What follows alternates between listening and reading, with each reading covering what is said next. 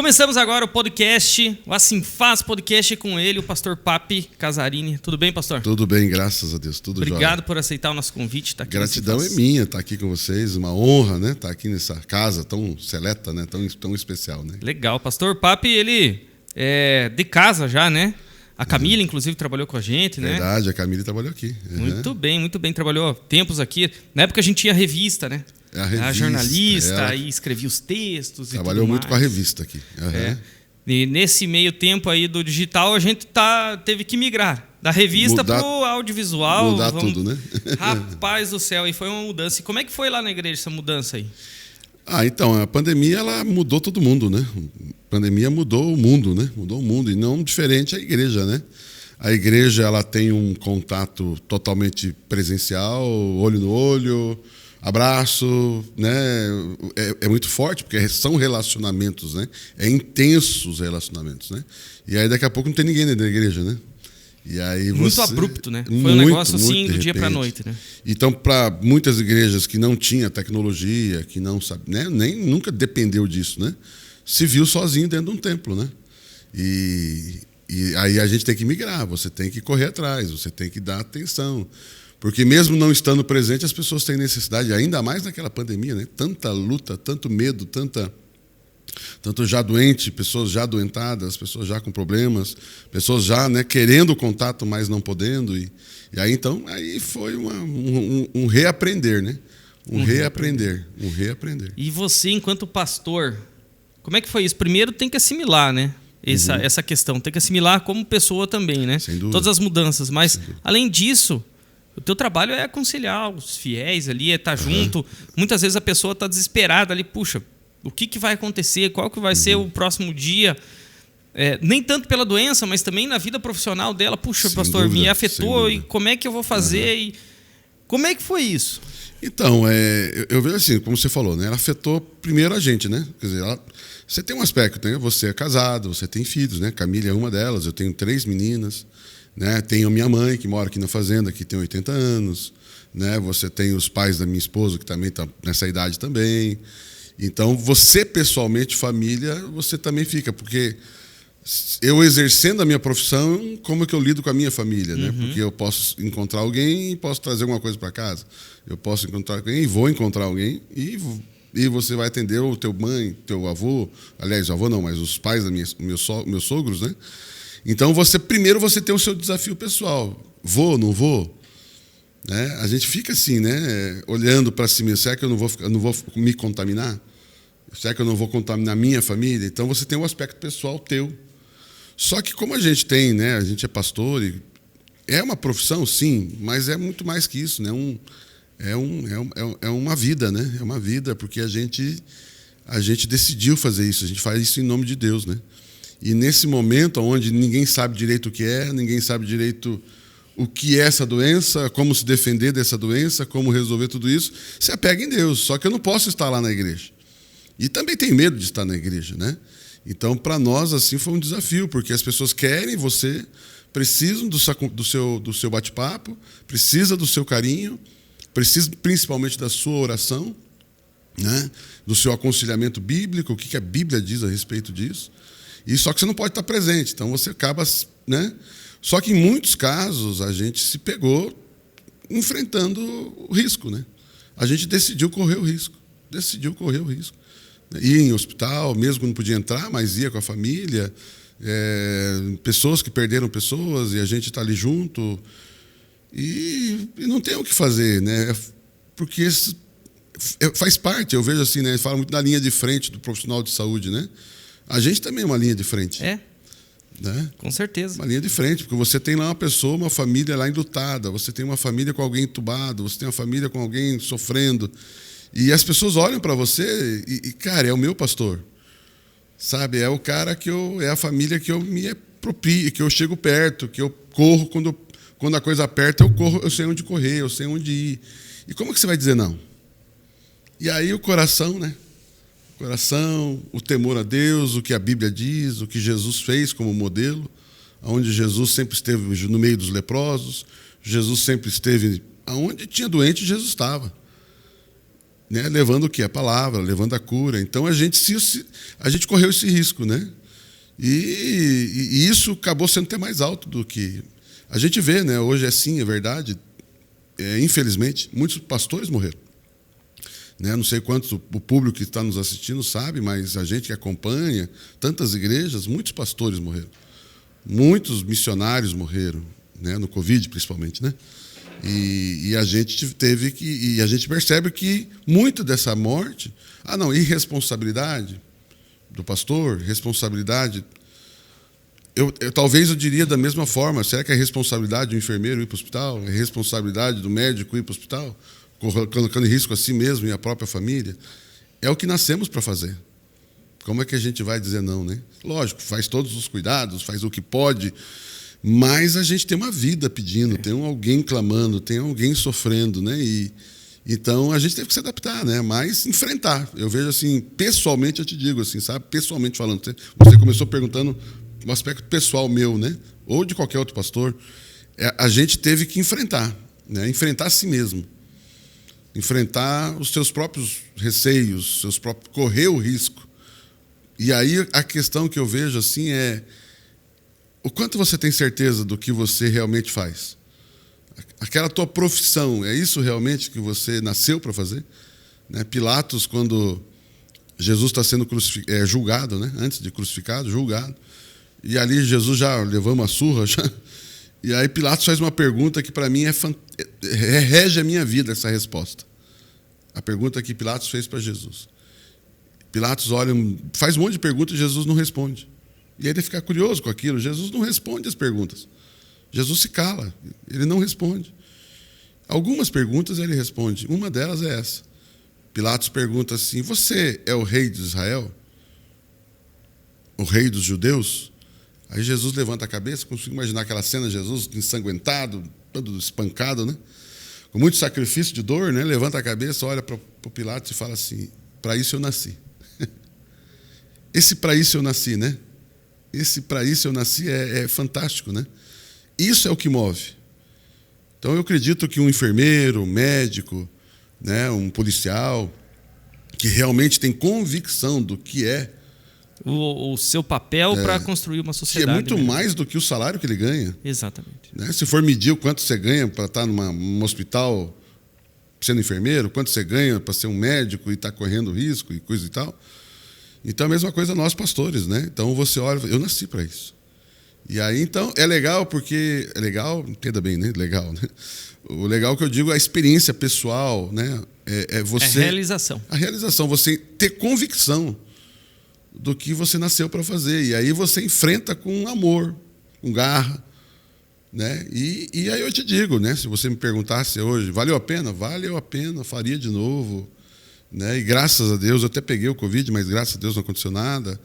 Né? Mas minha esposa pegou, nós pegamos, mas graças a Deus não pegou nada. Nossa igreja, infelizmente, perdemos pessoas, mas faria de novo, né? Porque é para isso que eu nasci. Né? Pastor, conta um pouquinho para a gente a história da comunidade. Quantos anos de Fazenda Rio Grande já? Então, a nossa igreja é a Comunhão Cristã Aba. Comunhão Cristã Aba é uma igreja que tem hoje 28 anos, total, né? 28 anos, não a minha, a igreja como um todo, tem 28 anos. Começou com um casal chamado Pio, pastor Pio e a esposa Rose Carvalho. Eles abriram lá em Curitiba e então começou a se expandir essa igreja, né? E vários lugares, nós somos hoje em vários lugares. E nessa época, quando começou essa igreja, desde o começo lá em Curitiba, eu fui pastor de jovens. Trabalhei 13 anos com um pastor só de jovens. E aí estava começando um grupo, que a Fazenda estava também começando, né, assim, se desenvolvendo. E aí começou a ter pessoas que moram na Fazenda que iam para lá. Aí é aquele trajeto que a gente conhece, né? E principalmente quem viveu a Fazenda na época que não era duplicado, né? E parece que faz muito tempo, mas não faz. Não faz muito. Mas era, lembra? Que não era duplicado, aquela loucura. Eu lembro quando não tinha nem essa trincheira aqui do lado da Sinfasa. E você lembra então como era o trânsito, né? Não, então, mas tinha gente que ia daqui para lá. E aí, então a igreja lá pensou, puxa, acho que a cidade merece, nós temos um trabalho lá. E aí, então, o pastor Pio, né, que é o nosso pastor lá, o líder, o presidente, ele me chamou numa conversa e falou: Papi, Deus colocou meu coração assim e tal, e eu gostaria que você fosse abrir uma igreja na Fazenda Rio Grande. Eu mal sabia o que era Fazenda Rio Grande, rapaz. Sabia até porque eu trabalhei na Prefeitura de Curitiba, RH, Prefeitura de Curitiba. O primeiro concurso público da Prefeitura de Fazenda Rio Grande, nós da o RH, Secretaria de Recursos Humanos de Curitiba, que fez o concurso aqui. Que auxiliou aqui. Nós viemos aplicar prova, foi a única vez que eu conheci Fazenda Rio Grande. Eu lembro até hoje, o primeiro concurso aqui na Fazenda Rio Grande foi no Andrigueto. E a gente chegou aqui de ônibus, né? Porque daí trouxeram a gente, né, para aplicar prova e tal. E foi interessante. Então foi a primeira vez que eu conheci Fazenda Rio Grande. Aí o pastor chega e fala, uma igreja na Fazenda Rio Grande. Eu falei, caramba, né? Fazenda Rio Grande, né? Olha aí. E aí eu lembro, rapaz, olha que coisa interessante. Eu lembro, eu me acho muito lindo isso. Aí eu vim para cá, daí o pastor falou assim, papi, você tem 2 tarefas. Primeira tarefa para você ir para Fazenda Rio Grande. Eu falei, quais são as 2 primeiras tarefas? Você vai procurar o conselho de pastores da cidade e você vai pedir a bênção deles para abrir uma igreja na cidade. Eu quero que você entre na cidade onde todos os pastores apoiem você. Segundo, você vai conversar com o prefeito e pedir a bênção para o prefeito. Não vai pedir terreno, não vai pedir nada. Você vai pedir a bênção do prefeito para entrar na cidade. Falei, caramba, né? Que tarefa. Que protocolo, né? Mas é o caminho certo, né? E aí eu descobri, porque tem um irmão que é o Luiz, né? Que é o Luiz Alberto, que ele é dentista tradicional aqui da cidade, o Luiz e a Rosa, né? E eu, Luiz, descobre para mim aí quando está o Conselho de Pastores. Aí eu cheguei, era o pastor Márcio, que esteve aqui também, né? Pastor Márcio. Pastor Márcio, aham. Ele esteve aqui dando entrevista aqui também, né? O pastor Márcio já atualmente, e era na época o presidente da... E eu cheguei num café do conselho ali, seu presidente, né? Nunca tinha visto o pastor Márcio, né? Eu falei, seu presidente, prazer, pastor Papo e tal. Seguinte, eu sou da Comunhão Cristã-Aba, a Comunhão Cristã-Aba é conhecida, né? No meio evangélico e tal. Sim, pastor Pio, né? Sim, então... Seguinte, nós estamos indo abrir uma igreja aqui e eu gostaria que vocês nos abençoassem. Aí ele ficou assustado, porque ninguém faz isso, né? Não é? Dificilmente alguém faz uma coisa dessa. Uma igreja vem numa outra cidade pedir para outra igreja abençoar. Né? E aí o pastor Márcio me chamou na frente da reunião, no momento lá da reunião do café, e aí ele disse, gente, isso aqui é o pastor Pape, a aba está vindo para a cidade e nós queremos orar pela igreja. E aí todos os pastores abençoaram, nós entramos aqui. Que legal. E aí depois conseguimos uma agenda que na época, o prefeito na época era o Chico Santos, né? E aí na época também não fazia nem ideia que era Chico Santos, que ninguém, não conhecia nada na Fazenda Rio Grande. Não tinha nenhum conhecimento. E aí eu lembro que nós fomos com outro pastor lá de Curitiba veio junto comigo. Daí entramos na sala do Chico. Prazer, Pape. Chico, prazer, senhor. Obrigado pela honra de nos receber, né? O prefeito recebeu um pastor assim, né? Seguinte, viemos aqui porque nós vamos abrir uma igreja na cidade, nós queremos que o senhor nos abençoe. O Chico olhou assim, mas que história é essa de abençoe? Mas como é que é isso? Eu acho que ele achou que a gente ia pedir alguma coisa, né? Falei, não, eu só quero que você diga assim, você está abençoado a entrar na cidade. É só isso que eu quero. E é o suficiente. Daqui a pouco eu vou embora. Ele falou, só isso? E não é só não, isso é grande, isso é poderoso. Isso não é só não, mas é só essas frases. Então tá bom, eu abençoo você para vir na Fazenda Rio Grande. Pronto, prefeito. É isso que eu queria. E foi assim que começou a história. E aí vim embora. Aí nós começamos as primeiras reuniões na sala, na garagem da casa do Luiz Alberto, que é o dentista aqui da cidade. Ele... Aqui no Terminal Velho, né? Isso, no Terminal Velho, né? Isso. E conheço muito bem eles. Então, um abraço para todos aí da família. Os Bastos. Os Bastos. Um abraço para todo mundo aí. E aí, então, começamos na garagem da casa dele, mas logo no outro mês a gente já alugou aqui na Rua França um barracão, que hoje está a Paz e Vida, ali, né, perto ali da Pernambucana, né? E daí nós abrimos um lugar ali, em seguida mudamos para a Rua Itália, na frente do teatro, ali, né? Ali na frente do teatro da cidade. E aí agora, hoje, nós estamos ali atrás, na rua paralela à rua do Máximo Fato, ali, na rua de trás, ali, né? Na Travessa São Patrício. Então, vai cada vez com um espaço melhor e maior. Maior para atender, né? As crianças e salas e tal. Então, hoje nós já comemoramos esse ano 11 anos. Dezembro agora vai fazer 12 anos que eu cheguei na garagem da casa do Luiz, depois de toda essa conversa, conselho de pastores, prefeito, aí eu fui lá na sala. Aí na garagem da casa do Luiz tinha já um grupo, né, que estava se reunindo. E eu falei, gente, eu sou pastor de vocês. Tô aqui. Cheguei. Eu e a Priscila, minhas meninas, né? Então, vai fazer agora em dezembro. Essa reunião foi em dezembro. Dezembro agora faz 12 anos que nós estamos aqui na fazenda. E tá estabelecido aqui na fazenda? Aí fiquei um ano nesse vai e vem. Morava em Curitiba, morava na Água Verde, lá em Curitiba. E aí o pastor Pio, de novo, sempre os desafios, né? Que é bom, né? Alguém que te desafia, né? E o pastor Pio, será que não está na hora de você morar na cidade? Porque uma coisa é ser pastor, outra coisa é morar, sentir a cidade. Conhecer, né? A comunidade, né? E tal. E eu falei, a gente sempre muito, não só obediente, mas a gente sempre encarou os desafios, eu e minha esposa. No outro dia, ele falou numa noite, numa tarde, no outro dia, no final do outro dia eu já estava com a casa alugada aqui na fazenda. Ele me desafiou numa tarde e na outra noite eu já cheguei em casa com o contrato na mão. E na outra semana eu já mudei para cá. Que legal. Um ano só fazendo esse bate-volta na Curitiba. Mas aí eu já vim morar aqui na fazenda e hoje comprei, né, um imóvel na fazenda e tal. Hoje, fazendense. É um fazendense raiz já há 11 anos. Né? E graças a Deus a gente sempre procurou se envolver, né?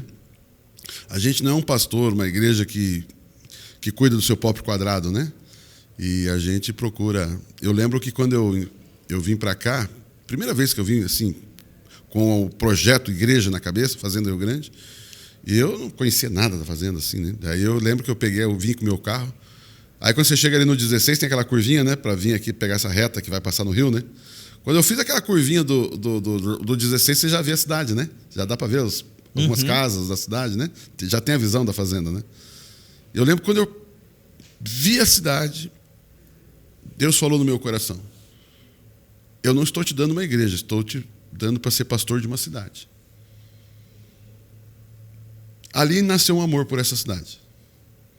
Quando eu digo pastor, não ser o maior pastor da cidade, não é essa a questão. Tipo assim, cara, você é pastor de uma cidade, não só de uma igreja. Você tem compromisso com uma cidade. Então, desde então, a gente procura viver a cidade, a gente procura se envolver nas questões da cidade, no que é possível, a gente participou eu tive o prazer, o privilégio de participar de todo o processo da Profaz, né, junto com o Gastão. Né, o Gastão conversava com a gente quando estava embrionária a ideia, e a gente batia papo sobre o Profaz aqui, né, e tal, e fizemos parte daquela parte lembra que foi feita aquela pesquisa, aqueles questionários, depois a gente também respondeu perguntas, aí depois eu fiz parte daquele momento que fez o brasão, do Profaz, escolheu o brasão, eu fiz parte do grupo que escolheu o brasão e que escolheu o slogan, né?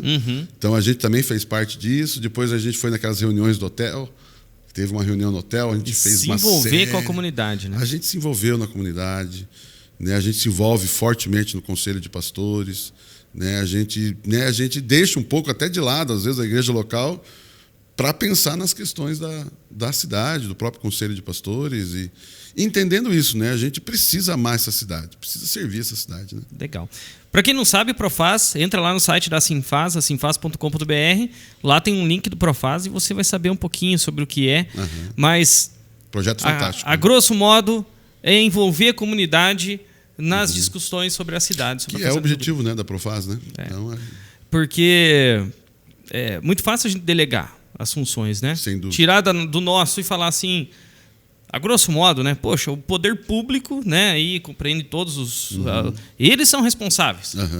E a gente também é responsável. Com certeza. Não é só na hora lá de votar. Não, a gente é responsável mais. Em todo o período da nossa cidade. Se a nossa rua não está boa, você é responsável também. Sim, com por certeza. Aquele problema. Não adianta e você... não é só também votar, pagar o imposto, né? Você...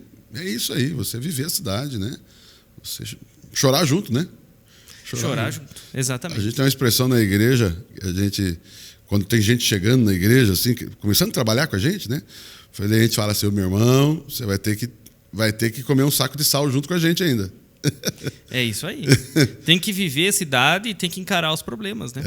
Porque não é só da porta para dentro, né? É igual aqui se faz, puxa, não é só da porta para dentro. A gente tem que pensar como um todo. Porque cada decisão da prefeitura, da Câmara, né, da própria Sinfaz e de qualquer órgão, né, da cidade, polícia, bombeiro, qualquer coisa, escolas, saúde, afeta os nossos membros, né? Afeta o nosso povo. A gente está cuidando da ponta, né? Que é o povo. Então a gente sabe realmente o que realmente funciona lá na ponta. Porque a gente vai escutar o cidadão, né? Que mora, que estuda, que está na creche, que usa a unidade de saúde, que usa o comércio da cidade. Né? Às vezes a gente fala muito, né? Pegando aqui o gancho da Sinfaz, né? Então é comercial e industrial, né? Então, poxa, como é triste você muitas vezes ter que sair da fazenda para comprar alguma coisa em Curitiba porque não tem na fazenda. Não é verdade? Exatamente. Quantas vezes você tem que sair de Curitiba, aliás, da fazenda, para procurar um produto em Curitiba? Porque ainda não se vende aqui na cidade, né? Então, pensa em comércio. Ainda temos muito que crescer. Temos. Nossa, tem né? um campo muito grande. A própria indústria, graças a Deus, temos vindo aí, mas, poxa, né? A gente precisava ter emprego. Quantas pessoas dessa BR, né? Que vão para Curitiba trabalhar, né? Hoje são 150 mil pessoas, a grosso modo, morando aqui na fazenda, talvez mais, e a gente deve ter aí uns 20 mil empregos em CLT aqui na cidade. Você consegue imaginar isso? Ou seja, nós precisamos ter mais empregos na cidade, né? Você tem uma população economicamente ativa aí, no mínimo umas 80 mil pessoas. Então, assim, 60 mil estão indo trabalhar fora. É só ter um feriado em Curitiba e você vê como é que fica o comércio na fazenda. Exatamente. O feriado municipal de Curitiba parou, né? Para a cidade. O trânsito não suporta. Você não pode estacionar. Dia 8 de setembro, a cidade para. Porque todo mundo que trabalha em Curitiba está na cidade, né? Então é engraçado isso, né? A gente percebe o efeito desse ir para Curitiba. Então, como temos que crescer, né? Então, é gostoso quando você tem um irmão da igreja que você está abrindo um comércio, né? Abrindo um comércio, né? Teve até um irmão agora, uma determinada ramo de atividade, que ele descobriu que todo mundo aqui na fazenda que tem esse ramo tem que comprar o produto, a matéria-prima em Curitiba. E aí ele fez uma parceria com uma pessoa de Curitiba e hoje já existe aqui na fazenda. Ele já está vendendo o produto. Então é interessante isso, né? Você começar a ter pessoas com empreendedorismo para perceber que eu posso trazer para cá. E dentro da igreja tem muitos empreendedores, né? Muito. A igreja tem muito. Hoje nós temos um trabalho copiando Curitiba, aliás, influenciado por Curitiba e de outras igrejas que fazem isso. Nós temos uma área na igreja, um projeto só para empresários, para empreendedores, dentro da igreja. Então, toda primeira quarta-feira do mês nós temos um café para empresários. Empresários, profissionais liberais, empreendedores, ou mesmo, né, vendedores autônomos que podem vir no café. A gente, 7h30 da manhã, temos lá um pequeno cântico, aí uma palavra voltada para estímulo, voltado para incentivo, voltado ou alguma dica na área do empreendedor, do profissional, e depois um café onde faz um network. Cara, eu dou um cartãozinho para você, você dá um cartãozinho para mim. Daqui a pouco sai negócio, e negócio dentro da cidade gera divisas para a cidade. Então, e aí a gente tem esse café. E, às vezes, até aqui no Salão da Sinfaz, nós já fizemos um evento maior, trouxemos vários empresários aqui, trouxemos 2 palestras bastante significativas, assim. E, lógico, à luz da palavra de Deus, né? À luz da ótica cristã, né? Mas entendendo que tem como. A Bíblia está cheia de empreendedorismo. A Bíblia... Aliás, os conselhos que a Bíblia traz, se alguém seguir ele, vai ser um empreendedor de sucesso. Não tem como. Inclusive, até às vezes a gente fala assim, a palavra sucesso e a palavra êxito, né? O nosso projeto lá com o empresário chama êxito. Porque existe uma diferença. Êxito e sucesso. Sucesso é agora, né? Vamos jogar um futebol agora? Vamos. Se eu ganhar, eu tive sucesso. Agora, se eu fizer um campeonato e for campeão, eu tive êxito. Porque eu não ganhei só uma partida. Eu não joguei bem só uma partida. Você não ganhou a batalha, você ganhou a guerra, né? Você ganhou a guerra. Então, o êxito é aquela constância no resultado. Que é o mais difícil. Que é o mais difícil. Né? Nosso pastor também fala isso, eu gosto de usar esse exemplo, uso muito com quem dá a ideia. Tem muita gente que dá ideia, né? Então, muita gente tem ideia, né? Tem, assim, ó, de gente que dá ideia. Nossa, ideia que mais tem. Aqui na Sinfaz, todo dia tem uma ideia diferente. Que é bom, né? Tem um tal do brainstorm, né? Para você fazer e continuar aquilo por um tempo e conseguir ter sucesso nisso, e a forma de explicar, ter o êxito nisso. A forma de explicar isso que você acabou de falar, a gente usa a expressão seguinte: levantar um vagão, até você consegue. Agora, andar com ele nas costas... Aí complica, né?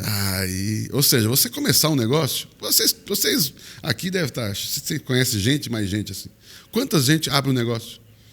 Quantas pessoas abrem um comércio? Quantas pessoas abrem um empreendimento? E aí daqui um ano, cadê? Daqui um ano e meio, cadê? Não é verdade? Tá, uma crise, uma coisa ou outra, mas justamente o negócio bom é aquele que suporta a crise, né? Ou até um emprego, né? A gente estava conversando aqui, e a entrevista da semana passada aqui foi com a Maiara da RHF.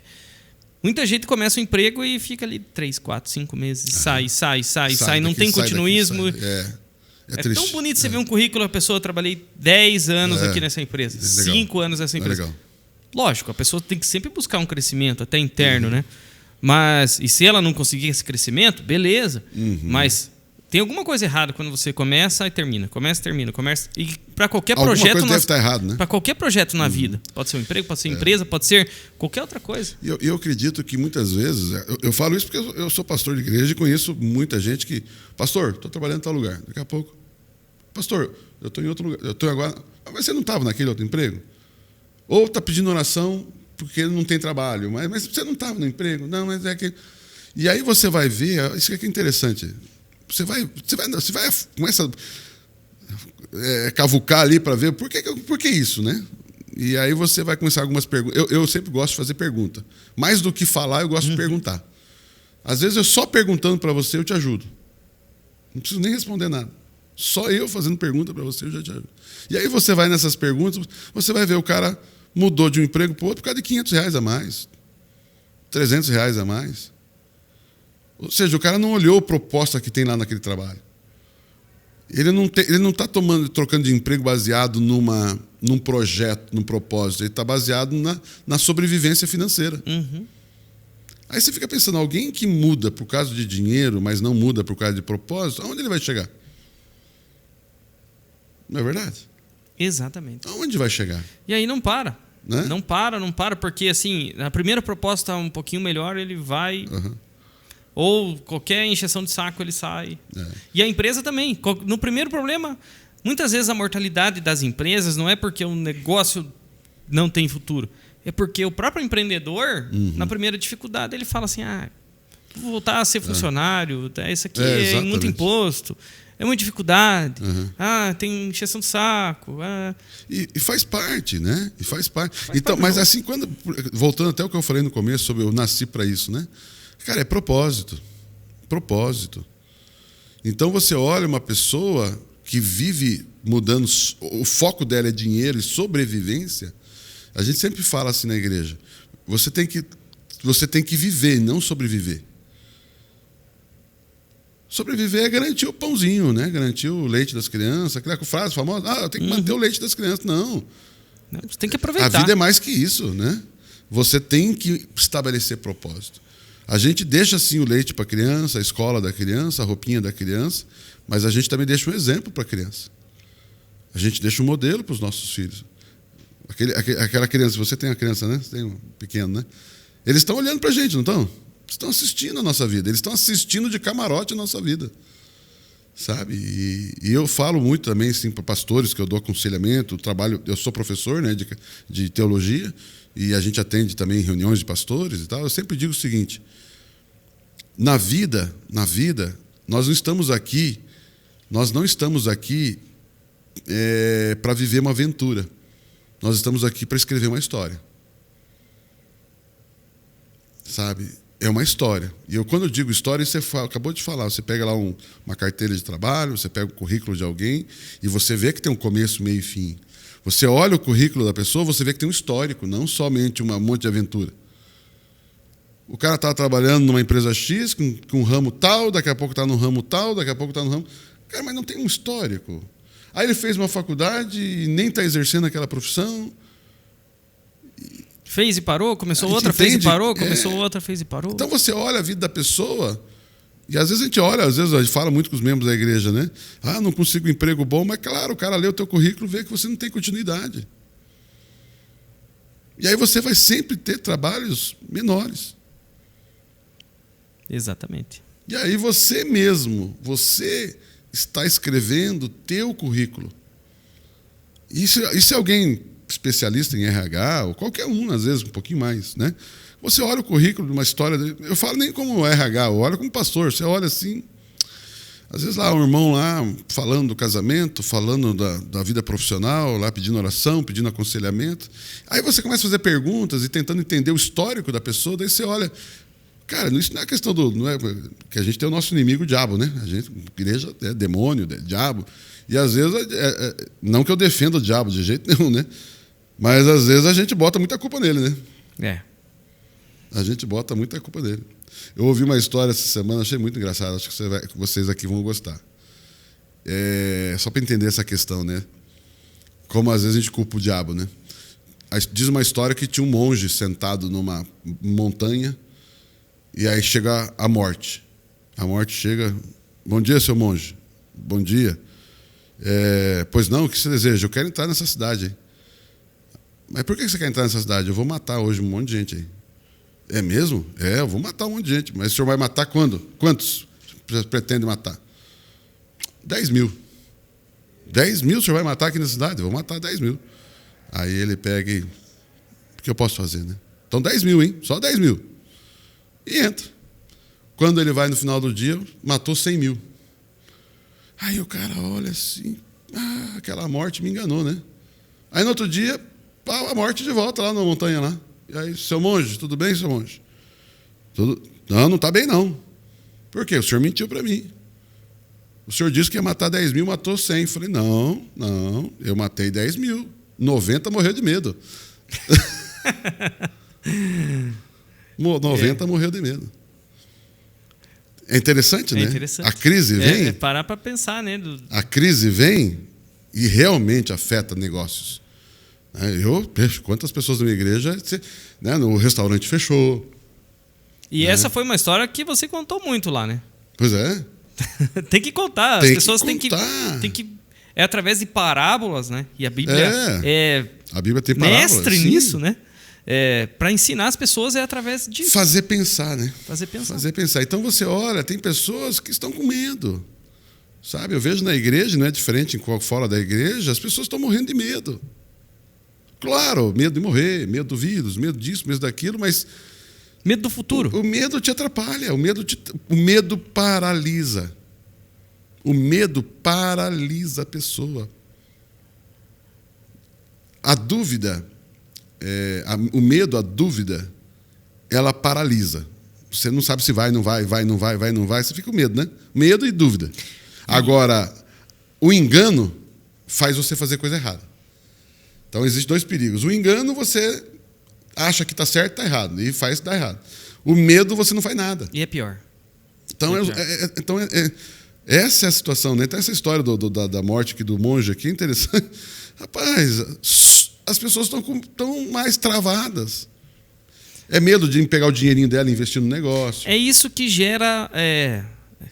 a grosso modo, é isso que gera a crise econômica. É o medo das pessoas. Quando você tem poucas pessoas com medo, está andando muito bem a economia. Exatamente. Quando você tem muitas pessoas com medo de investir, muitas pessoas com medo de empreender, muitas pessoas com medo de viver, aí a crise pega. É verdade. Por exemplo, né? O Brasil, eu assim, posso estar errado aqui, os economistas de plantão me corrijam, né? Mas eu penso assim, eu fiz economia também na faculdade, alguma coisa a gente sabe, né? O Brasil não tem problema de dinheiro. Não. O Brasil não tem problema de falta de recurso. O Brasil tem problema de recurso parado. Você conhece Fazenda Rio Grande. Você que está nos assistindo conhece Fazenda Rio Grande. Agora, graças a Deus, está mudando isso. Mas durante quanto tempo nós estamos com terreno baldio na cidade? Está ali. Não serve para nada. E o que é um terreno baldio? Nada. Dinheiro Especulação. parado. Dinheiro parado. Não tem emprego ali em cima daquele negócio, não tem... Você está entendendo? Recurso. Hoje nós temos visto vários terrenos que a gente há muitos anos, que a gente acostumou a fazer trilha de passagem, né? Exato. Esse terreno que todo mundo fazia aquela picadinha para cruzar assim. E você vê a cidade crescendo em volta daqueles terrenos ali bem no meio do centro. Já começando alguma construção. Agora a coisa tá... Agora eu vejo que está começando. Eu fico feliz quando eu vejo um terreno que há muito tempo parado, tá lá um tapume em volta já. Opa, vai acontecer alguma coisa aí dentro. Vai gerar daqui emprego. a pouco você vê uma loja, você vê um prédio, você vê...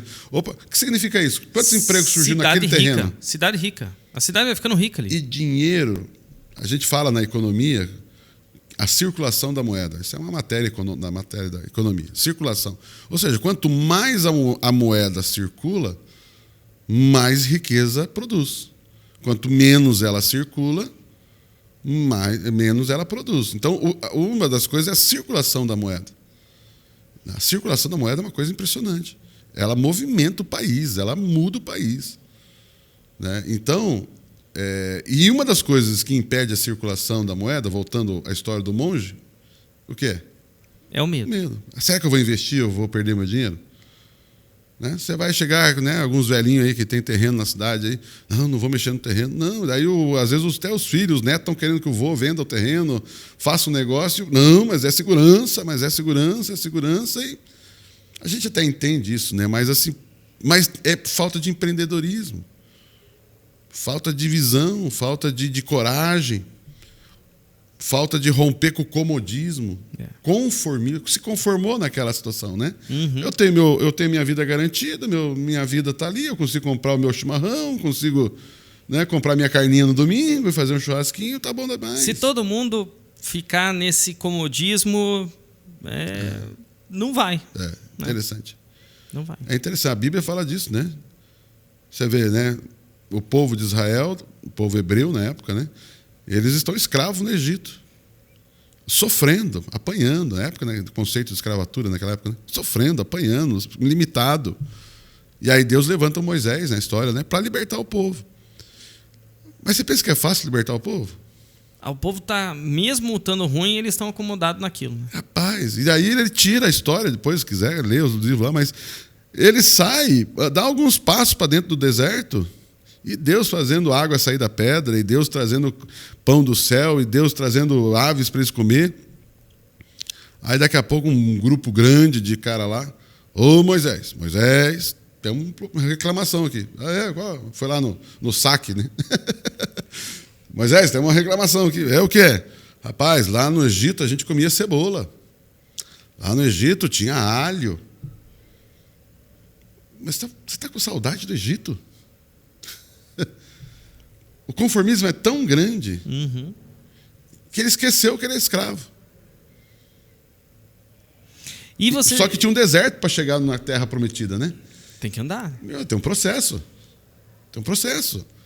Só que quando o processo demora... Foram 40 anos isso? 40 anos. 40 anos. Eu vou pregar aqui, né? Mas não quero fazer isso. Mas enfim, mas é tão curiosa essa história porque nos ajuda até nos negócios. A Bíblia é maravilhosa, Gustavo, porque ela nos dá exemplo para hoje. Ela é atualíssima. A Bíblia é atualíssima. Na verdade, não era foi 40 anos, mas era para ser 40 dias. E sabe por que não foi 40 anos? Não foi 40 dias? Por quê? Diferente, 40 dias para 40 anos? Nossa. Porque, qual que é a diferença? Por que eles não fizeram? Porque quando eles pararam na divisa, eles foram até a divisa. Era só atravessar o rio. Estava no lugar. Mas eles mandaram 12 para dar uma olhada na terra. Só que a terra, na época, tinha gigantes. A terra, eles trouxeram cada 2 homens para carregar um cacho de uva. Era uma terra abundante, maravilhosa. Só que tinha gigantes. Dos 12 homens, 2 vão trazer o relatório da uva grande, vai trazer o relatório dos frutos da terra. Olha aqui o que tem lá, olha o que tem lá. 10 só fala do gigante. E o medo toma conta. Sabe do quê? Nós vamos morrer sem entrar. Os outros 2, gente, vamos que vai dar certo, vamos que tem coisa boa lá. 10 de 12, 10 vai dar errado, nós vamos morrer. Você está entendendo como é atual o negócio? E aí o que aconteceu? Deus ficou tão triste, falou, tá bom, então vocês vão ficar 40 anos agora. E eles andaram 40 anos. No deserto. Em círculo. Na verdade, quando fala andar no deserto, pode colocar aí, andar em círculo, porque não é longe, Gustavo. Você fazer 2 milhões, o cálculo é 2 milhões de pessoas naquela época. Você sabe o que é andar com 2 milhões de pessoas? A população de Curitiba, num deserto. Só que assim, é rápido chegar no outro lado. É 40 dias de viagem. eles ficaram 40 anos andando em círculo. Quantas empresas estão andando em círculo até hoje? Quantos países, quantas cidades estão andando em círculo? Por medo. Por medo. Falta de empreendedorismo, falta de visão. Porque empreendedorismo depende de visão, né? Depende de estratégia, depende de organização. E aí você anda em círculo na vida. Pastor, vamos voltar um pouquinho no tempo. Vamos lá. Tua família já era de pastores? Como que você escolheu ser pastor? Oh, que boa pergunta.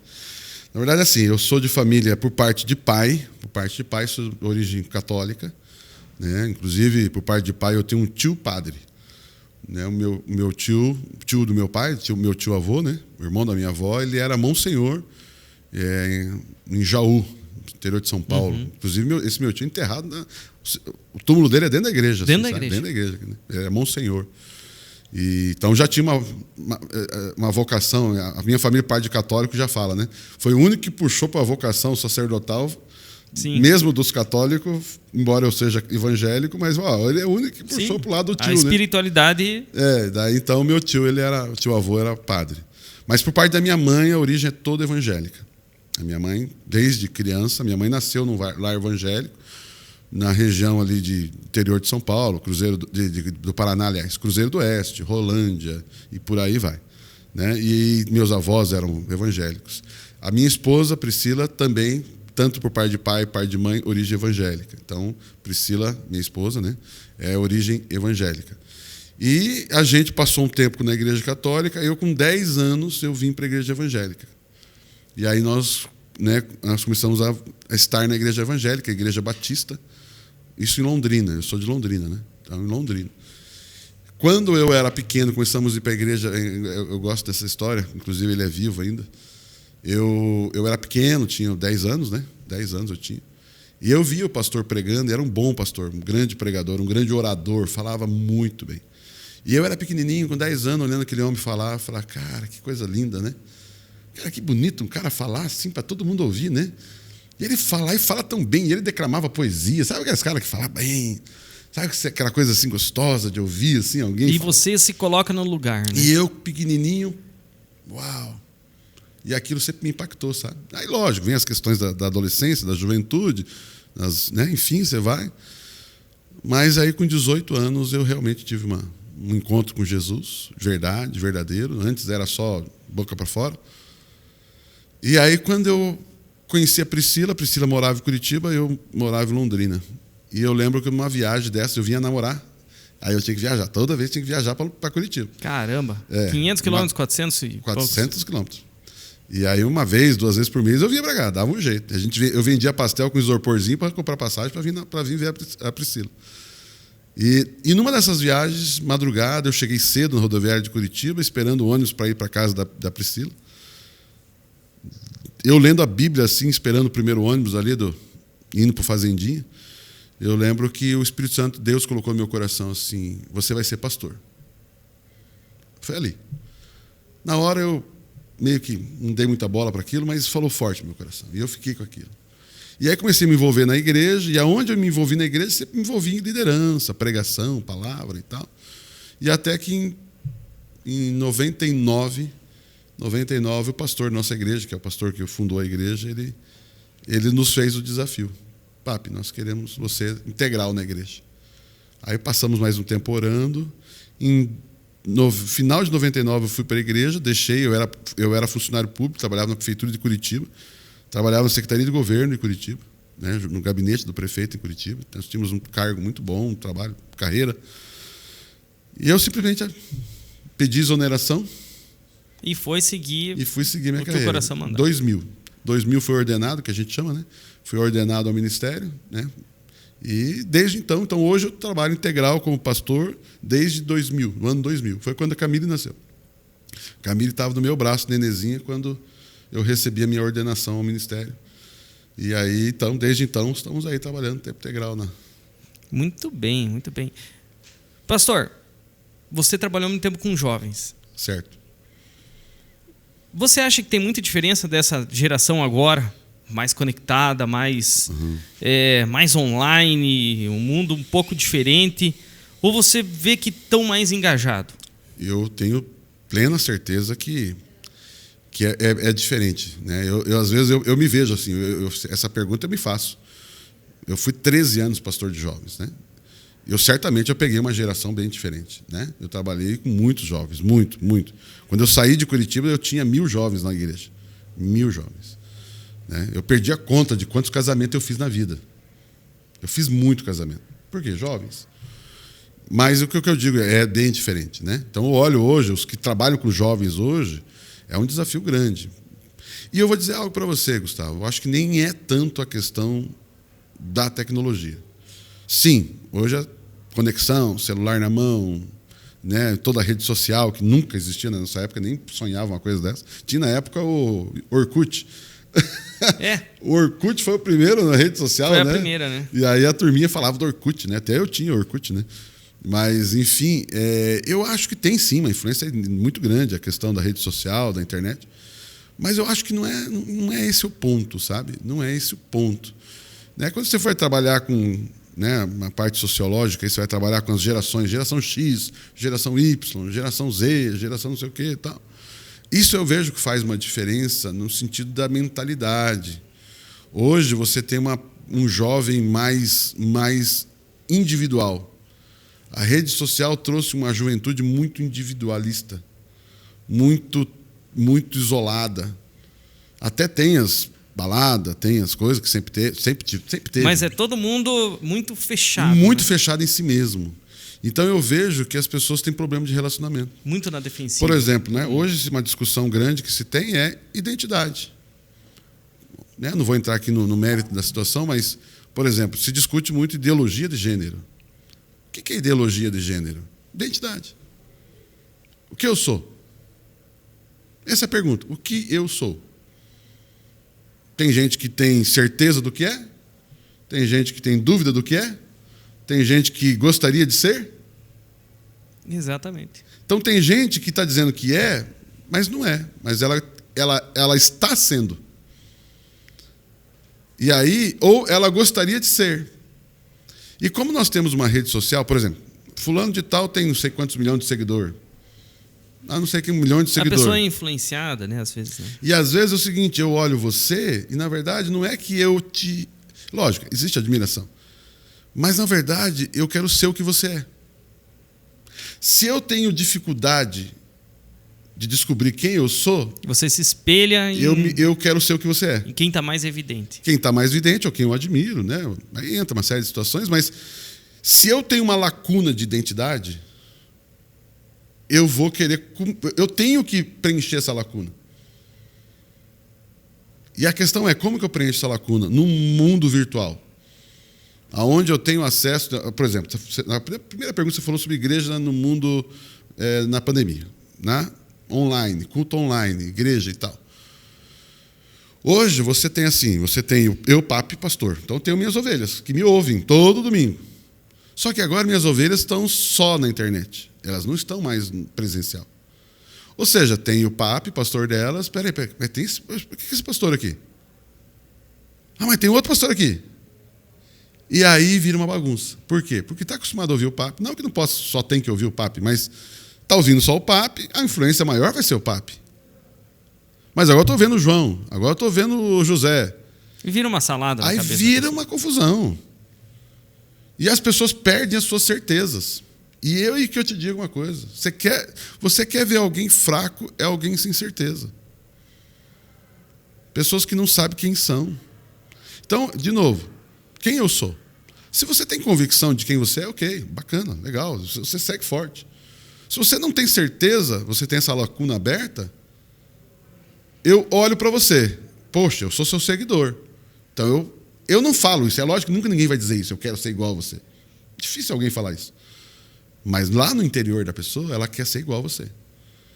Só que daí já não é o que eu sou, é o que eu gostaria de ser. Você acha que muitas vezes esse jovem, ou até o adulto, né, fica perdido muitas vezes por falta de uma referência familiar mais forte, assim? As famílias estão muito despedaçadas hoje em dia. Você acha que isso, as pessoas sem tempo para dar atenção para aquela criança, ela vai crescendo nos seus pensamentos próprios ali e vendo aqueles exemplos dentro de casa. Por exemplo, né? Deixa eu dar um exemplo para você nisso. Eu tenho na minha igreja. Eu, às vezes, estou lá domingo pregando lá no meu púlpito. E quando a gente prega bastante, eu não sei se você já pensou nisso, já escutou isso, mas quando você está acostumado a falar em público, você já começa a ver coisas além do que você está falando. Você pensa... É engraçado, eu vi um estudioso falando que o grande pregador, o grande orador, é aquele que pensa... Tem um dos maiores oradores evangélicos que tem, chamava Spurgeon, um pastor já falecido. Ele é um dos grandes ícones da pregação. Ele disse que ele pensava em 8 assuntos enquanto estava pregando. O que ele tinha que resolver amanhã, o que ele tinha que falar com fulano, aquele fulano eu preciso conversar isso, aquele fulano... E eu estou falando uma mensagem, pensa que loucura. Mas por que eu estou falando isso? Eu estou lá pregando, e eu estou vendo lá um menino de 10 anos, 8 anos, 11 anos, assim, ó, durante a minha fala.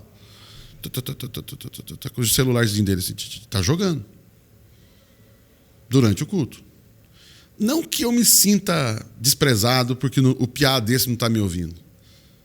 Mas eu fico pensando... Puxa.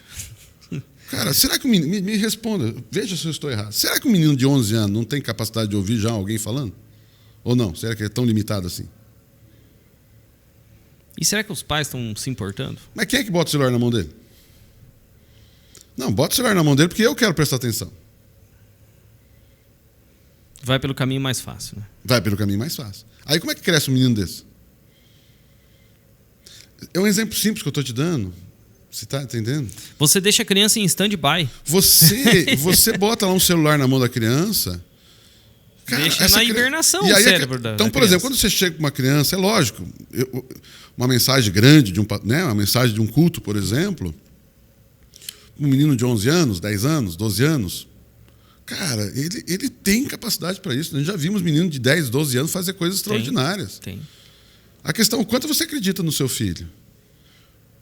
Por exemplo, eu conversando com um casal esses dias, ele falou assim, olha, eu peço para minhas filhas... Elas vão com caderno para a igreja, elas anotam. E sabe o que eu faço com isso? Aí não tem sentido eu pedir para anotar e não fazer nada com aquela anotação. A gente chega em casa, o que você anotou? Me diga aí, o que você chamou atenção? O que você descobriu? Não quero saber o que o pastor falou, eu quero saber o que você aprendeu. Olha que exercício lindo. E faz o cérebro da criança... E aí o piazinho tá lá, a menininha tá lá, celularzinho, joguinho. E aí eu desconsidero a habilidade dessa criança. Então você olha, poxa, falta referência. Mas qual referência vai seguir uma criança dessa? Você entende? A referência dela é limitada ao mundo virtual. E a sociedade que está no mundo virtual... ou que está na televisão, ou que vai criar a criança. E o termo que você usou hoje, agora há pouco, é fantástico. É seguir o caminho mais curto. Se existe uma coisa, eu falo muito trabalhando com jovens, mas isso vale para qualquer idade. A pior coisa que existe na vida de uma pessoa é queimar etapas na vida. Vai fazer falta. Aquilo que você queimou etapas vai fazer falta. A gente fala com jovens, por exemplo, sobre sexualidade. Aí você fala, um jovem sobre sexualidade cedo. Né? Cedo já experimentando a vida sexual. É queimar etapas. Ah, mas isso é muito conservadorismo, isso é muito não sei o quê. Não. É uma construção de uma vida. Você precisa daquela etapa ali, né? Você precisa sofrer com isso. Você precisa aprender a controlar isso. Exatamente. Por exemplo, você pega um animal, um cachorro, um gato. Quando ele começa a ter os desejos sexuais dele, vai chamar-se, mais ou menos, por exemplo, vai ter um período chamado cio, não é? De um animal, de um cachorro, que é o quê? Ele está pronto para acasalar e ter um filhote. Mas naquele cio, o macho fica todo, né? E a fêmea também está procurando, os dois estão procurando. E você simplesmente dá vazão 100% àquilo. Mas é um animal. O ser humano é igual, parecido. Só que é diferente. Você tem que controlar isso. Você tem que colocar limite nisso. É o maior desafio. Por quê? E eu vou dizer algo para você. Hoje, por exemplo, ontem mesmo, estava assistindo um programa na televisão. O que mais tem se falado hoje? mas não digo, mas muito tem se falado hoje, não é feminicídio? Não é? O que mais? Pedofilia? Né? Abuso com criança? Beleza, não é isso. Agora, qual é o adulto, né, que abusa de uma criança? É o adulto que nunca teve controle sexual. Uhum. É depravado. Pornografia. Bastou ter um desejo, você corre atrás de qualquer mulher. E aí o que acontece? Não tem controle. Ele não tem controle do seu próprio corpo. Ele não sabe dizer não para algumas coisas. E aí ele cresce largado. E aí para o feminicídio... Aí é um pulo. Para a pedofilia... Porque a pessoa está reagindo a instintos ali. Simplesmente isso. Aí eu fico pensando, eu não quero até usar a palavra, né, mas... Aí você vê um monte de jovem no cio. Às vezes a gente vê na rua, né? Me permite, talvez estou sendo pesado aqui, mas... Sabe, você vê na rua aqueles cachorros andando na rua, um atrás do outro, lá aquela correria, todos os cachorros, né? Porque tem uma cadela ali no cio. Às vezes você olha os jovens, parece isso. Só que isso, no meio do ser humano, isso é cultura. Isso é juventude. Juventude tem que se divertir, é entretenimento. Então, só que a consequência disso nós estamos colhendo agora, quando você fica... Agora nós estamos com a sociedade discutindo feminicídio, pedofilia e uma série de outras coisas. Mas porque não teve controle. Não teve limite. Aí depois o remédio é amargo. Né? Mas por quê? Porque queimou etapas. Então, hoje eu vejo assim, nós, como você perguntou lá dos jovens, né, pastorear jovens. O pastor de jovens, ele precisa perceber essas coisas, né?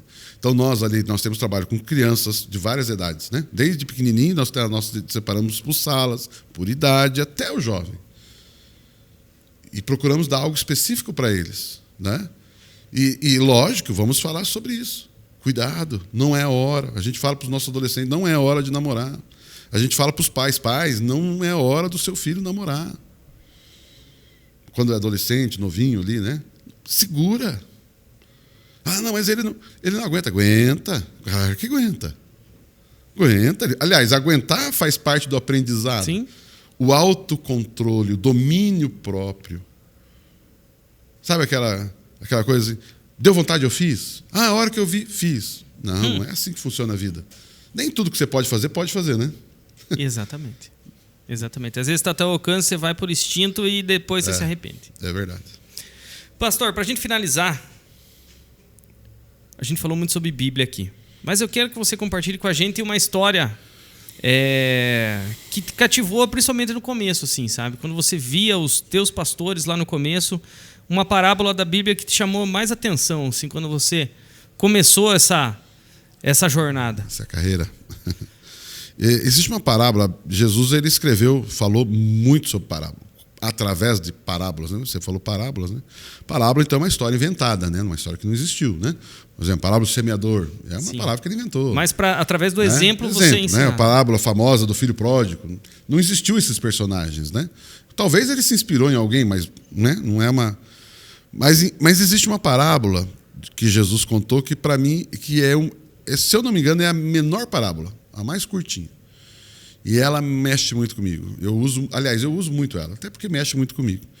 Que diz assim a parábola: o reino de Deus é semelhante a um homem. É semelhante a um homem que encontrou uma pérola de grande valor. De grande valor. E vendeu tudo que tinha para comprar essa pérola. Aí existe, porque você sabe que nós temos 4 evangelhos e as mesmas parábolas estão escritas em vários deles. Então muda um pouquinho a versão. Na outra versão, essa mesma parábola diz assim: o reino de Deus é semelhante a um homem que encontrou um tesouro escondido num campo. Vendeu tudo que tinha para comprar o campo, onde estava o tesouro. Essa parábola é fantástica, porque a Bíblia foi escrita no grego, o grego antigo. A palavra pérola, olha que legal isso. A palavra pérola no grego significa provérbio, uma mensagem. Sabe quando você chega e fala assim para mim, você traz uma informação legal, que tremendo. E aí a gente usa, cara, você me trouxe uma pérola. Você trouxe uma ideia, cara, que ideia, uma pérola. Essa é a ideia. Essa é a ideia da palavra pérola. Uma ideia, uma genialidade, uma informação preciosíssima. É uma pérola. A palavra pérola no original grego é uma mensagem de grande valor. Um provérbio, sabe, o ditado, sabe? Tem um ditado que diz uma pérola. Esse homem, ele encontrou uma pérola. E essa pérola é Jesus. É o evangelho de Jesus. E ele vende tudo que ele tem. Ou seja, ele deixa tudo que ele tem, ou ele deixa de dar valor para tudo que ele tem e considera tudo aquela pérola o maior valor. É uma questão de definir valor. E isso na vida é fantástico. Você consegue escrever na sua vida as coisas que mais têm valor na sua vida em ordem crescente, o maior valor, e vai voltando em ordem assim. Quando você define os valores das coisas que você tem, você também define prioridades. Então, quando diz vendeu tudo que tem, ele construiu uma lista de prioridades muito bem construída. E aí ele vai procurar emprego baseado nisso, ele vai casar baseado nisso, ele vai educar os filhos baseado nisso. Então ele falou o seguinte, essa pérola é o que tem de mais precioso na minha vida. Ou seja, o que vai mais influenciar a minha vida é isso aqui. Então essa parábola sempre mexeu muito comigo. Então hoje eu tenho essa pérola na minha vida. Então eu vou fazer alguma coisa, eu tenho que orar. Eu tenho que ler a Bíblia. Eu falo muito na minha igreja. Se alguém chega para você, Gustavo, e fala assim, Gustavo, tá um negocinho para você aqui, Gustavo. Ó, isso aqui é um negocinho, Gustavo. Ah, é? Poxa, que legal, hein? Legal. Só que é o seguinte, você tem que me responder agora. Eu sempre digo para o pessoal, diga não. Se você não tem tempo de orar, se você não tem tempo de conversar com pessoas que você considera, diga não. Ah, mas é uma oportunidade. Eu creio que Deus sempre te dará tempo. Na maioria das vezes, coisas que você não tem tempo para conversar com Deus, você não tem tempo para ler a Bíblia, você não tem tempo para falar com o teu cônjuge, esposa, marido, você não tem tempo para conversar com alguém que você tem de grande valor na sua vida, um amigo, um grande conselheiro. Sai fora. Como diz um ditado, chuta que é laço. Muito bem, pastor. Obrigado por ter aceitado o nosso convite. Eu que agradeço. Muito legal essa conversa. O pessoal te acha nas redes sociais? Sim, Papi Casarini. Casarini. Instagram, Papi Casarini. P-A-P-I, Casarini com S. Daí me acha lá. Muito bem. Pessoal, para você que chegou até aqui, não esqueça de se inscrever aqui no nosso canal do YouTube. Toda terça-feira tem essa conversa muito bacana aqui. Amém. Sempre com alguém aqui da Fazenda Rio Grande, para te trazer uma palavra igual o pastor trouxe hoje. Muito conhecimento de vida. Então, nos acompanhe sempre aí, dê um curtir aí e compartilhe com seus amigos. Obrigado e até a próxima terça-feira.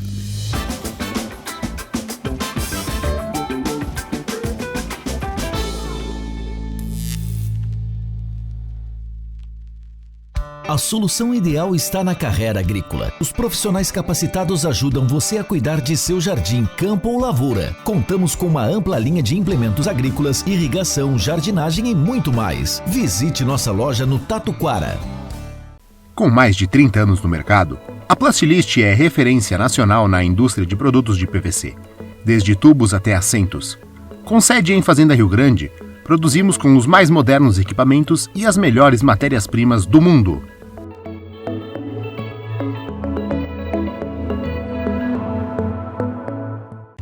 Reformar, decorar ou cuidar da casa, conte sempre com a Nichelle. Grande variedade, as melhores marcas, facilidade de pagamento, entrega rápida e atendimento personalizado. Tudo com a qualidade Nichelle. E você pode parcelar tudo em até 10 vezes sem juros nos cartões. Tudo pra casa, perto da sua casa. Santos Materiais de Construção, a mais completa loja do ramo. O cobertor limpo e cheiroso em até 2 horas com a lavanderia Toque d'Água.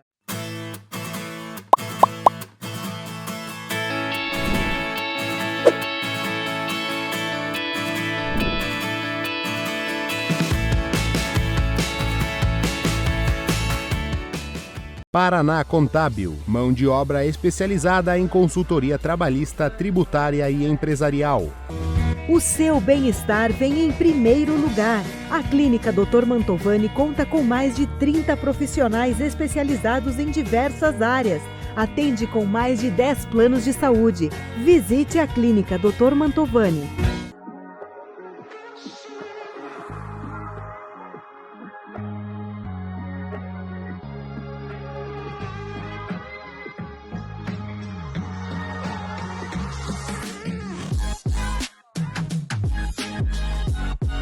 Parceria de confiança você encontra na Fazconte Contabilidade.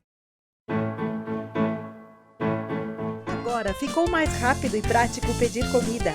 Baixe o app Restaurante Padova.